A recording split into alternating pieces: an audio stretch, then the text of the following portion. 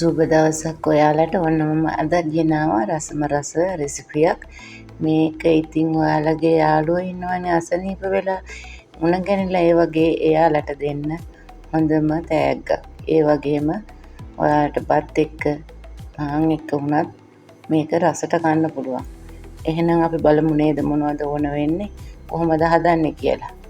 ඉතින් ඔයාලා මගේ channel එකට අලුත් නම් subscribe කරලා ඒ වගේම ළඟම තියෙන bell icon එකත් ඔබාගෙන යන්න.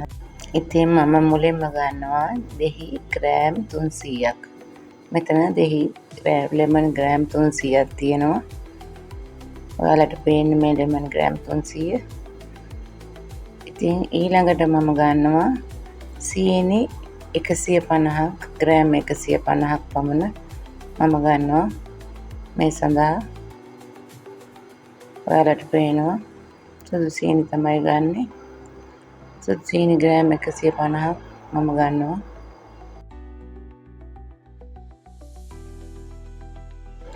ඊළඟට මම ගන්නවා සූදුරු තේ හැඳි එකමාරක්, ඒ වගේම අබත් තේ හැන්දක් පමණ මම ගන්නවා මේ සඳහා. දැන් ගන්නවා මම මිරිස් කුඩු මේස හැන්දයි 3-5 කුඩුත් මේස හැන්දක් ප්‍රමාණයට මම ගන්නවා. තවත් මම ගන්නවා ලුණු මේස හැඳි එකමාරක්.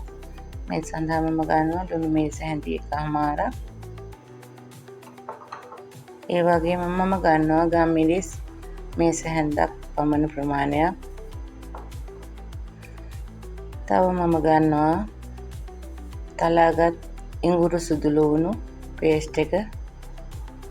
මෙන්න මේ ආකාරයට තලාගත් ඉඟුරු සුදු ලුණු මේස හැන්දක් ප්‍රමාණයක්. ඒ වගේම කරපිංචා ස්වල්පයක්. මේවා තමයි අපට අවශ්‍ය වෙන ඉන්ග්‍රීඩියන්ට්. මේ සඳහා තෙල් ස්වල්පයක් මම යොදා ගන්නවා. මුලින්ම අපි අපේ දෙහි ටික සිහින්ව කපා ගන්න ඕනේ. ඔයාලට පේනවා මෙන්න මේ ආකාරයට. මුලින්ම අපි දෙහි වල පොත්ත ඉවත් කර ගන්න ඕන. මෙන්න මේ ආකාරයට පාට පොත් ඉවත් කර ගන්න. ඔයාලට පේනවා. ඊට පස්සේ කුඩා කැබලි වලට මේ දෙහි කපා ගන්න. ඇට තියෙනවා නම් ඒවත් හොඳින් ඉවත් කර ගන්න. ඔයාලට පේනවා කොහොමද මම පොත් ඉවත් කරගත්තේ කියලා. ඉතින් මෙහෙම ඔයාලට පේන්නේ මම සිහින්ව කපා ගන්නවා. ඉතින් ඔන්න කපාගත්තු දෙහි මේ තමයි. මෙන්න මේ ආකාරයට කුඩාවට හොඳින් කපා ගන්න. ඊළඟට අපි බලමු මොකද්ද අපි කරන්න යන්නේ කියලා. ඉතින් මම මේ සඳහා ගන්නේ non stick pan එකක්. මෙන්න මේ ආකාරයට ලිපේ ගින්දර ප්‍රමාණය මේ විදිහට තියාගෙන අපි සෝදානම් කරගත්ත තෙල් ස්වල්පය අපි ගත්තු pan එකට දාලා තෙල් ටික රත් වීගෙන එනකොට ඒකට අපි සෝදුරු සහ අබ ස්වල්පය එකතු කරනවා. අපත් සෝදුරුත් හොඳින් පුපුරගෙන එනකොට අපි ඒකට දානවා ඉඟුරු සහ සුදු ලුණු පේස්ට් එකත්, ඒ වගේම කරපිංචා ස්වල්පයක්. ඉතින් ඔයාලට පේනවා මම කොහොමද මේක කරගන්නේ කියලා. ඉඟුරු සහ සුදු ලුණු රන්වන් පාට වේගෙන එනකොට අපි ඒකට දානවා අපි සූදානම් කරගත් දෙහි. ඉතින් බලන්න කොහොමද මේ රස රෙසිපිය මම කොහොමද හදන්නේ කියලා ඔයාලට. ඉතින් ඔන්න අපේ ඉඟුරු සුදු ලුණු රන්වන් පාට වේගෙන ඉන්නේ. ඔන්න අපි දෙහි ටික ඒකට දාගන්නවා. ඔයාලට පේනවා. දැන් ඉතින් ඒක හොඳින් කලවම් කරලා ඊළඟට අපිට තියෙන්නේ අපි සූදානම් කරගත් අපේ 3-5 ටික මේකට දාන්නයි. දැන් පිළිවෙලින් අපි මිරිස් කුඩු, ඒ වගේම 3-5 කුඩු ටික සහ අපි සූදානම් කරගත් ගම් මිරිස් කුඩු, ඒ වගේම ගම් මිරිස් කුඩු දාගත්තට පස්සේ අපි ටිකක් කලවම් කරලා ටිකකට පස්සේ අපි සූදානම් කරගත් ලුණු ටික දානවා. ඒ ලුණු ටිකක් දාලා ස්වල්ප වේලාවක් කලවම් කරලා අපි ඊළඟට දාගන්නවා අපි සූදානම් කරගත්ත සීනි ටික. සීනි අවශ්‍ය ප්‍රමාණයට දාලා ඔයා ටිකක් වෙලා මේ චට්නි එක හැදෙනකොට අඩුපාඩු බලලා ඔයාට ඉතුරු ටික දාගන්න පුළුවන්. ස්වල්පයක් ඉතුරු වෙන ආකාරයට සීනි දාගන්න. මොකද වැඩි වෙන්න පුළුවන්. ලෙමන් සාමාන්‍යයෙන් කොළ පාට දෙහි වගේ නෙමෙයි. මොකද ඇහුවොත් දෙහි වල ඇඹුල් රසය අඩුයි.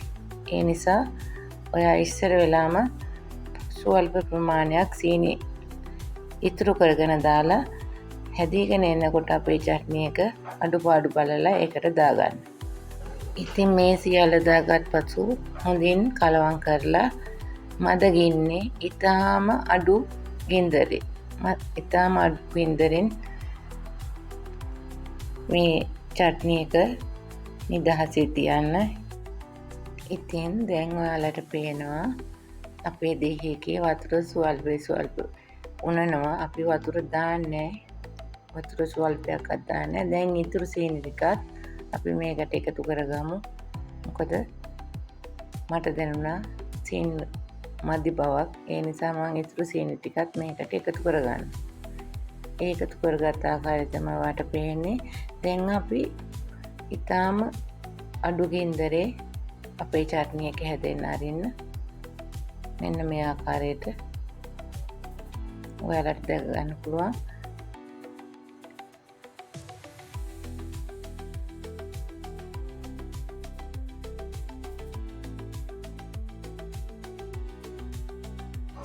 ඉතින් මේ ඔයාලට පේන්නේ විනාඩි 10කට වගේ පමණ වෙලාවකට පස්සේ ඔයාට පේනවා වතුර ගතිය. මේ දෙහිවල තියෙන වතුර ගතිය තමයි. ඉතින් හිඳනකම් මද ගින්නේ මේ ආකාරයට තවත් විනාඩි 10ක් පමණ තියන්න. ඉතින් යාළුවනේ මේ අපේ චට්නි එක විනාඩි 25කට පස්සේ ඔන්න අපේ චට්නි එක දැන් ඇදගෙන ඉන්නේ. අවසාන තප්පර කීපය ඔයාලට පේනවා. මොකද මේක ලිපෙන් බාගත්තට පස්සෙත් හිඳෙන නිසා අපි මෙන්න මේ ප්‍රමාණයේදී ලිපෙන් බා ගන්න ඕනේ. ඉතින් මෙන්න මේ පදමට ලිපෙන් බා ගන්න. නිවෙනකොට හොඳට හැදෙනවා. ඉතින් මම නැවතත් ඔයාලට කියන මේ චට්නි එක හදලා රස බලලා මට කමෙන්ට් කරන්න, ලයික් කරන්න. ඔන්න දැන් මගේ චට්නි එක ඔයාලට රස බලන්න දෙන්නයි හදන්නේ. ඔන්න එහෙනම් බලමු රසද කියලා. ඉතින් ඔන්න මේ තියෙන්නේ මම හදපු චට්නි එක. රස පාටයි නේද කියන්නකෝ.